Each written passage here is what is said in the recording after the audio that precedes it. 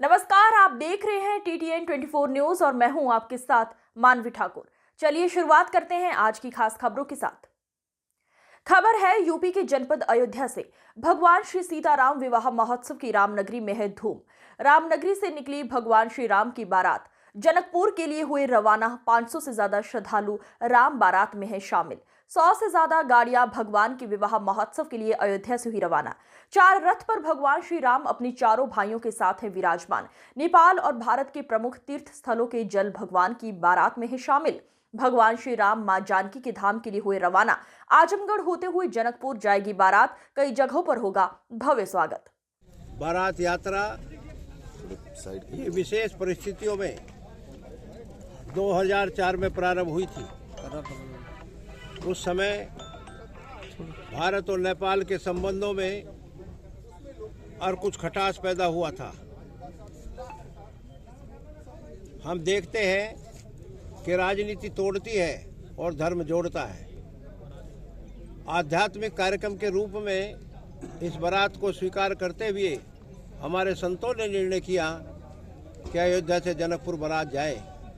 मैं समझता हूँ त्रेता युग में के बाद वो पहली जो बारात थी जो अयोध्या से जनकपुर धाम गई थी। प्रभु श्री राम की जीवन की सभी लीलाएं स्तुत्य हैं, परंतु विवाह की जो लीला है वो रस भरी है, उमंग भरी है और उत्साह से लवरेज है।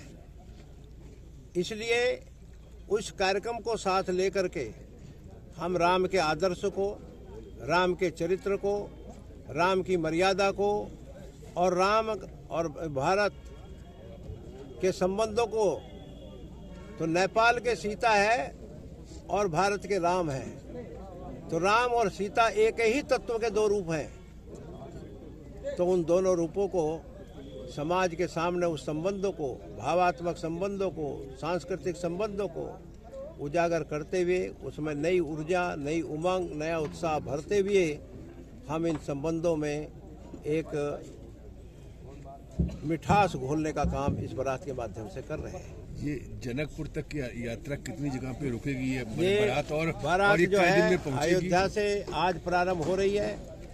आज रात्रि में आजमगढ़ रुकेगी। कल आजमगढ़ से चल करके और मऊ, रसड़ा, हैपना, कारो होते हुए उजियार घाट से और गंगा पार करके बक्सर जाएगी।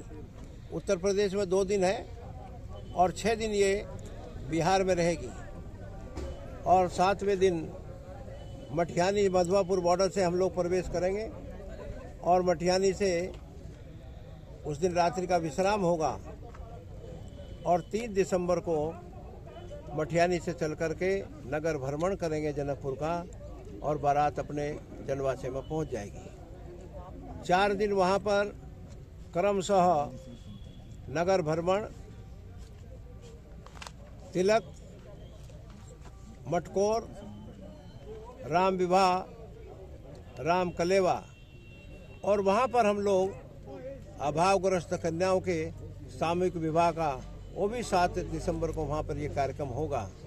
भगवान के कल्याण का अर्थात उनके विवाह का एक बड़ा वैदिक रीति से, और तिरुपति बालाजी के 40 वैदिक ब्राह्मण वहाँ आ रहे हैं। वो लोग उस विवाह के सारे प्रसंगों के उसको और पूरा करेंगे। वो वैदिक मंत्रों के साथ होगा। उसमें से 7 तारीख को सुबह भगवान का अभिषेक होकर के 8 तारीख को बारात वहाँ से प्रस्थान करेगी और वीरगंज के रास्ते से होती हुई अयोध्या 9 को वापस आ जाएगी। ठीक है।